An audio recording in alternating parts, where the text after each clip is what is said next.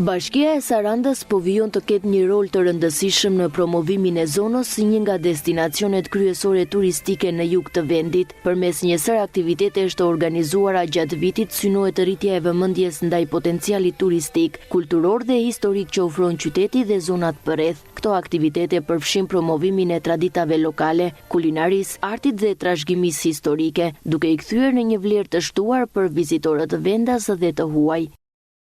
Është një nga detyrat tona kryesore si institucion të promovojmë sa më shumë vendin ton edhe të promovojmë të gjitha mundësitë të cilat Saranda ofron si destinacion, duke përfshirë sigurisht edhe zonat përreth.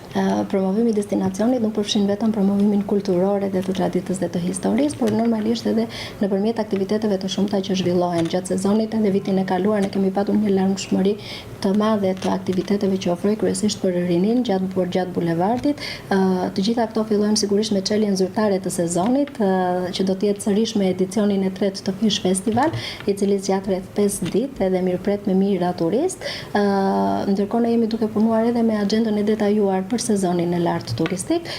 Në të njëjtën kohë, Bashkia e Sarandës është pjesëmarrëse në një numër të madh panairesh turistik dhe kulturor brenda dhe jashtë vendit.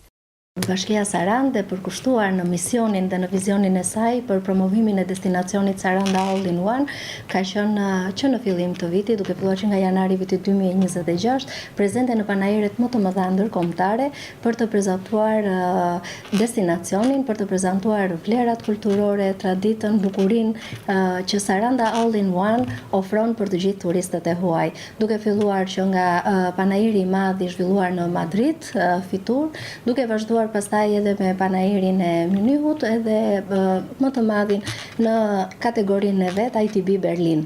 Do të vazhdojmë edhe me 2 panaire të tjera në Bolzano të Italisë edhe në Kosovë deri në fund të prillit, sepse pastaj fillon edhe sezoni turistik dhe mirëseardhja e vizitorëve të shumtë. Në këto aktivitete prezantohet potenciali i zonës dhe krijohen bashkëpunime të reja me operatorë turistik dhe institucione të ndryshme me synim forcimin e mëtejshëm të zhvillimit turistik të Sarandës.